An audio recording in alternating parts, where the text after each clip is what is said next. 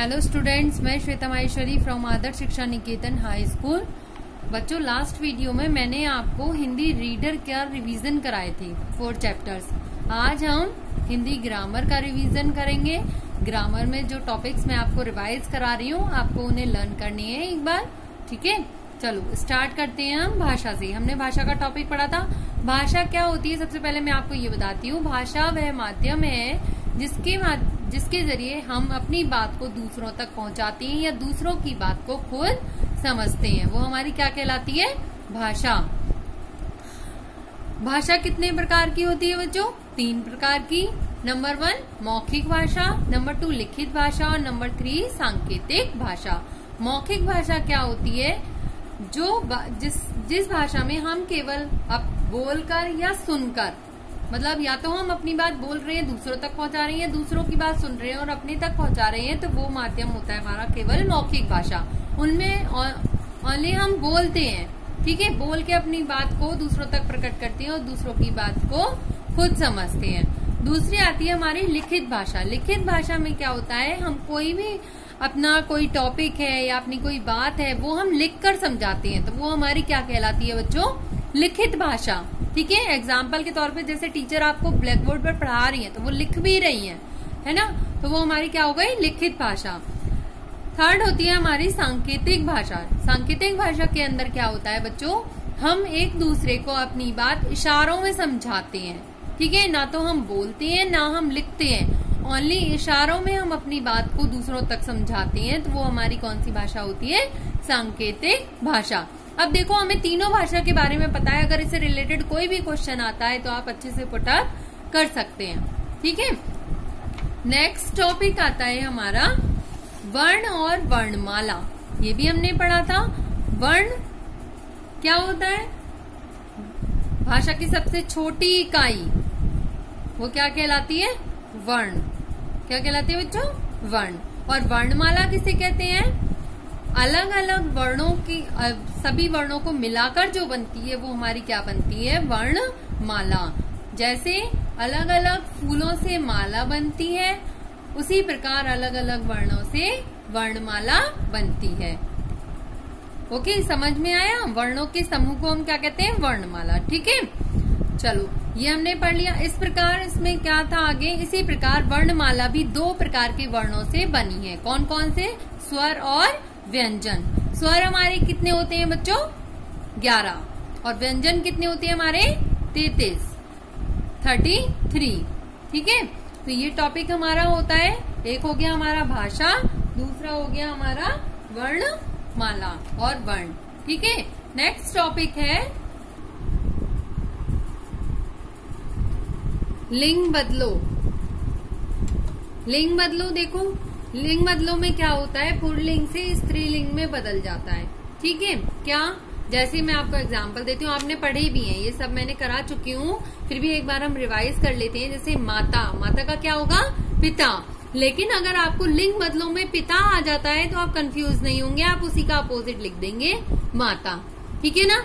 लड़का, लड़की, मोर, मोरनी, शेर, शेरनी, बैल, गाय, आदमी, औरत, नर, नारी, राजा, रानी, नौकर, नौकरानी, अध्यापक, अध्यापिका। ठीक है, अध्यापक होते हैं जो हमें सर पढ़ाते हैं, उनको बोलते हैं हम अध्यापक, और जो मैम होती है उनको हम क्या बोलते हैं? अध्यापिका। ठीक है बच्चों, तो अगर आपका इधर वाला आ जाए तो आपको इधर का लिखना है, इधर वाला आ जाए तो इधर का लिखना। कंफ्यूज नहीं होना। लिंग बदलों में हो सकता है हम आपको चेंज करके भी दे दें, तो आपको लर्न है, अगर पता है कि किसका कौन सा होता है तो आप लिख भी सकते हैं। ठीक है, नेक्स्ट है हमारा वचन बदलो।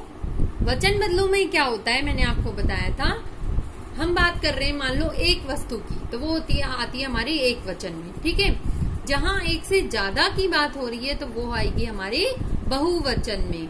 ठीक, जैसे एग्जाम्पल देती हूँ मैं आपको। तारा, तारा का क्या होगा? तारे। आंख, आंखें। देखो एक आंख है तो क्या लिखेंगे? आंख। और एक से ज्यादा है तो क्या लिखेंगे? आंखें। खिलौना, खिलौने। गमला, गमले। पंखा, पंखे। समोसा, समोसे। चूहा, चूहे। पेंसिल, पेंसिलें। ठीक है, इस तरीके से। उसके बाद देखो यहाँ पर ई की मात्रा की है गली, अगर यहाँ बड़ी ई की मात्रा आती है तो ये हमारी, जब हम बहुवचन में कन्वर्ट करते हैं इसको, तो ये बड़ी मात्रा किस में कन्वर्ट हो जाती है, छोटी ई की मात्रा में। ठीक है, उसके बाद या, आ और चंद्र बिंदु, तो गली का क्या बनेगा, गलियां, छड़ी का छड़ियां। देखो यहाँ बड़ी ई की मात्रा है, ये यहाँ जाकर छोटी ई की मात्रा में कन्वर्ट हो जाती है। ठीक है, समझ में आ गया आपको। एक वचन से बहुवचन में अगर यहाँ पर बड़ी की मात्रा है लास्ट में किसी वर्ड में, तो वो यहाँ जाकर चेंज हो जाएगी। जैसे गली का गलियां, गली का गले तो नहीं बनाएंगे ना, जैसे पतंग का पतंगे। तो इस चीज का ध्यान रखना, आपको लर्न करनी है ये। नेक्स्ट टॉपिक है हमारा विलोम शब्द। ठीक है, विलोम शब्द में क्या होता है, हमें उसका अपोजिट लिखना होता है। ठीक, लिंग में तो क्या होता है, हमें उसका जेंडर, मतलब जेंडर चेंज करना है, है ना, स्त्रीलिंग से पुल्लिंग में या पुल्लिंग से स्त्रीलिंग में। विलोम शब्द में क्या है, हमें उसका अपोजिट लिखना है। जैसे आपने इंग्लिश में भी अपोजिट वर्ड पढ़े हैं, उसी तरीके से। जैसे लंबा छोटा, मोटा पतला, सोना जागना, उल्टा सीधा। अगर मान लो सीधा आ गया तो उसका आप क्या लिखेंगे, उल्टा। भारी हल्का, कड़वा मीठा, अंदर बाहर, बड़ा छोटा, काला सफेद, दिन रात। ठीक है बच्चों, तो ये हो गए आपके विलोम शब्द, ये भी रिवाइज करने हैं। नेक्स्ट टॉपिक महीनों के नाम। ठीक है, तो महीनों के नाम मैंने आपको बताए थे कि हमारे साल में कितने महीने होते हैं, 12। ठीक है, अगर आपसे हो सकता है ये भी क्वेश्चन पूछ लें कि साल में कितने महीने होते हैं, 12 होते हैं। तो उसका आंसर आपको पता होना चाहिए, आपको याद होंगे तभी तो। ठीक है, उसके बाद ये भी पूछ सकते हैं कि मतलब दूसरा मंथ कौन सा होता है, या फरवरी के बाद क्या आता है।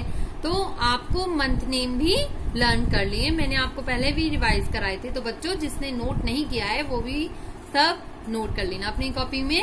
और आपका मैंने ग्रामर का भी रिवीजन करा दिया है, आपको कुछ मैंने सैंपल पेपर के क्वेश्चंस भी बता दिए थे, तो आप अच्छे से तैयारी करेंगे। ओके, आज के लिए इतना ही, थैंक यू।